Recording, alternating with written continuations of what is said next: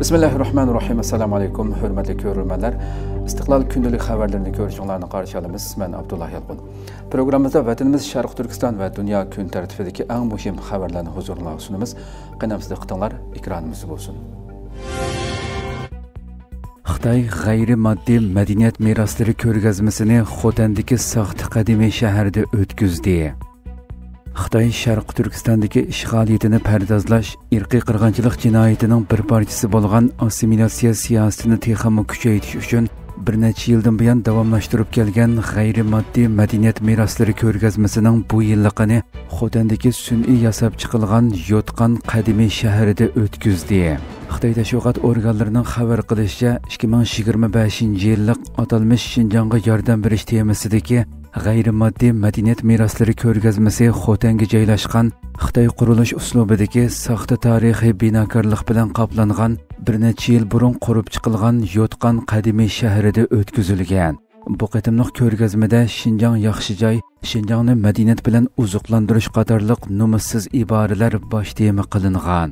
Xabarda bu qitimliq faoliyatni Xitoy Madaniyat va sayohat ministrligi va atalmish Uyg'ur avtonom rayonlik hukumatning birlikda o'rinlashtirganligi, Sharq Turkistondan va Xitoyning 25 o'lkasidan kelgan g'ayri-moddiy madaniyat meros turidan 435, g'ayri-moddiy madaniyat meros varislaridan 383 kishining qatnashtirilganligi, ko'rgazmaning 19-avgustgacha davomlashadiganligi qayd qilingan. Xitoy mazkur ko'rgazmani 5 yildan buyon yilda bir qatim o'tkazib kelayotgan bo'lib, bu vaqtdagi tashviqotlarida asosliqi Uyg'ur, Qozoq, Qirg'iz qatorliq Sharq Turkistonning asli egalari bo'lgan millatlarning g'ayri-moddiy madaniyat meroslarining atalmish Junxo madaniyatining bir parchasi ekanligi yoki Xitoy madaniyatining ta'sirida shakllanganligidek safsatini tashviq qilishga urinmoqda.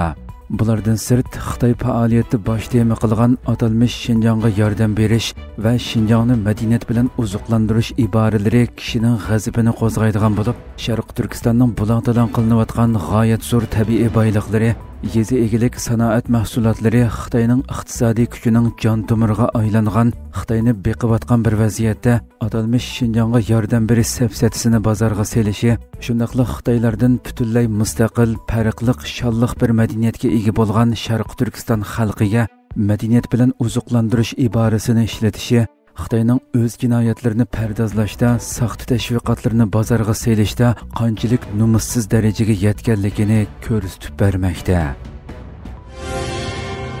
5-navbatlik Umid mukofotining tarqatish marosimi o'tkazildi. Turkiyaning to'liq o'tirg'i ko'chish imtihonida yuqori nomer olgan Uyg'ur o'quvchilarini taqdirlash uchun ta'sis qilingan Umid mukofotining 5-navbatlik tarqatish marosimi 16-avgust Istanbulda o'tkazildi.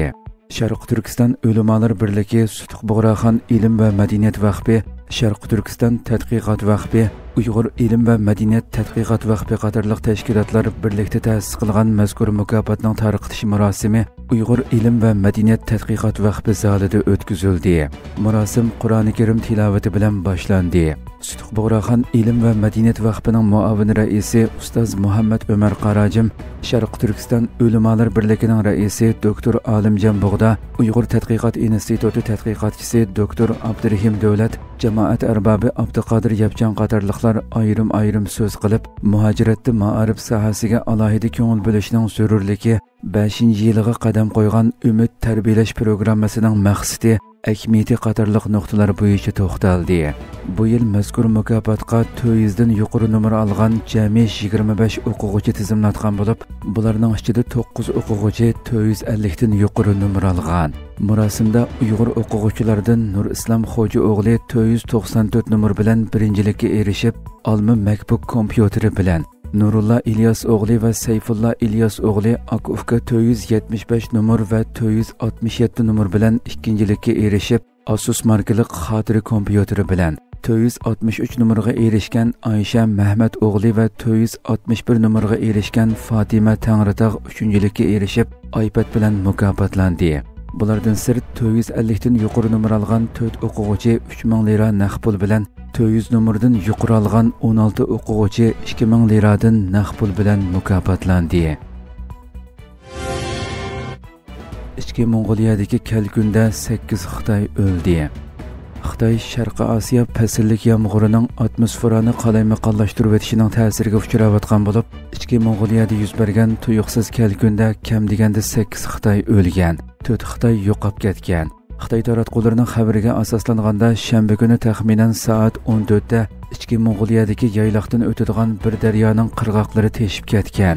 Xabarga qaraganda Bayonnur shahriga yaqin joyda lager qurgan 13 Xitoy kelkunda g'arq bo'lgan. Bu dehqonchilik markaziga yaqin joyda yuz bergan voqeada bir kishi qutqizib olingan.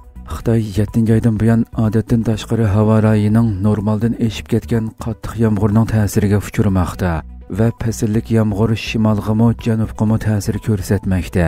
Havo rayi mutaxassislari bu o'zgarishchan andizini klimat kriziga bog'lagan bo'lib, tuyuqsiz kelgan kelkun minglagan kishini uy makonidan ayirish bilan birga necha milliard dollarlik iqtisodiy ziyonga uchrash xavfini paydo qilmoqda. Ma'lum bo'lishicha, Xitoy doiralari qattiq yomg'ir sababidan paraxodlarning portda kutib turishini buyurgan.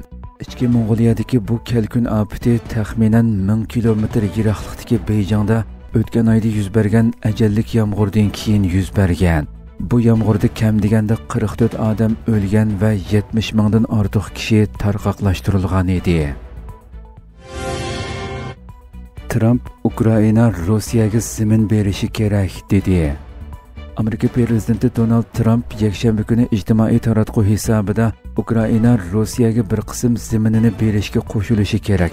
Bo'lmasa urush uzargan sari texmo ko'p zaminidan ayrilib qoladi degan uchurni ham baharladi. Amerika tashqi ishlar ministri Marco Rubio Fox xabarlari kanaliga urushayotgan ikki taraf orasida tinchlik kelishimi tuzish uchun har ikki taraf ma'lum narsalardan voz kechishga qo'shilishi kerak.